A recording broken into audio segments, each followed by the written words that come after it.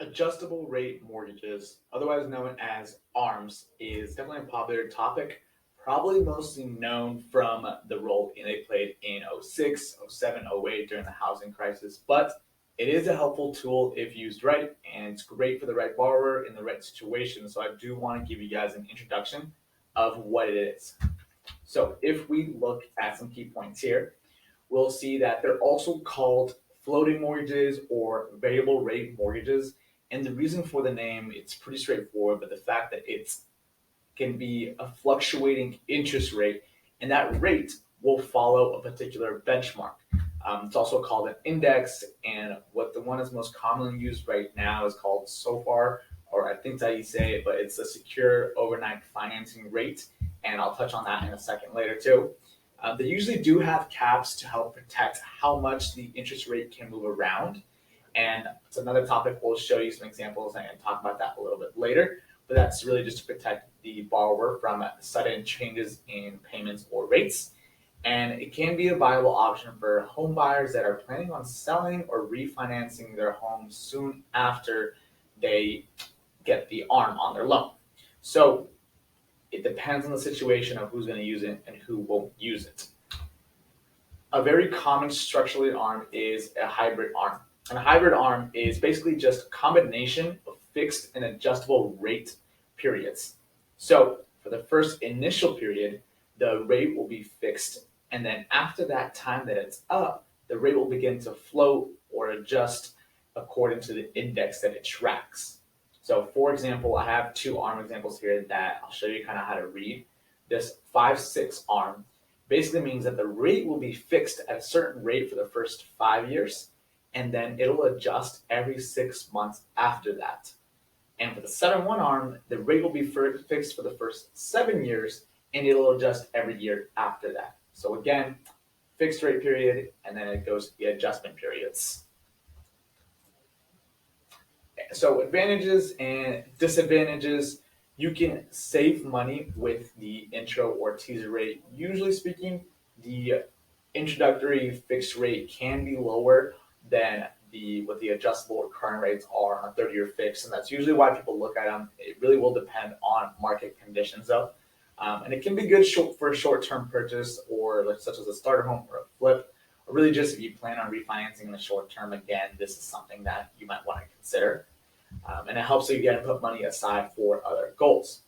Disadvantages, of course, the most obvious one, the changing interest rate, the lack of predictability, and it can be a little more complicated. It's not as straightforward as a 30-year fixed rate. And for most people, a changing rate and changing payment may not be in their best interest, especially if they follow a strict budget. They may want to consider a fixed rate mortgage that's more predictable. How the adjustable rate is determined, there's really just three parts that we want to consider. The first one is the index, like we mentioned. It's the secured overnight financing rate. That is what is going to get tracked. That's what your rate will change based off of. So we take that first part and we'll add a margin to it. That's going to be the spread above the index. So we'll add a certain percent on top of that index to get to your total rate. So I'll show you an example of how that works, but it's really just index plus margin to get to your total rate. So here is another way to read an ARM, like we mentioned first. I'll point out the parts here. So as we see, the ARM 5-6, 5-year fixed period. That second one is the adjustment period. It usually can be 6 months or 1 year. It depends on the product as well. And then the 2.75, that is what the margin will be. So in a second, we'll look at what the secured overnight financing rate currently is, and we'll add that to the margin so you can see what it would look like. But that's what the spread will be. And then the 215 caps. The 2, it just means there's an initial adjustment cap of 2%.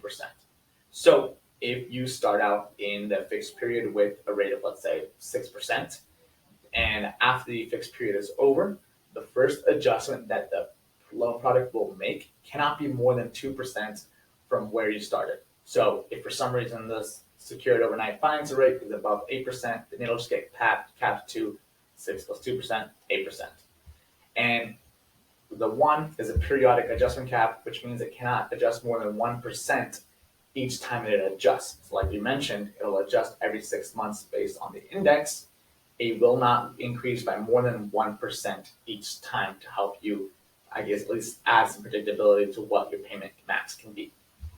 And over the lifetime of the loan, it cannot adjust to more than 5% of the initial starting rate. So like you mentioned, if you were starting at 6%, it cannot get any higher than 11%. So those caps are in place to protect you. And so I wanted to look at what the secured overnight finance rate currently is. And I just typed in again the SOFR so far, I think. And as of December 16th, we have 4.32%, which means if we were looking at this product, that rate would be 4.32% plus the margin 2.75% once it's in the adjustment period, which is about 7%, just a little bit over. And that's what your loan payments would be based off of. Sweet. So you can check back, look up some more information, but of course, if you have any other questions or comments that you want to make, please let me know. I hope this was helpful, and I hope everyone has a good one. Thank you guys.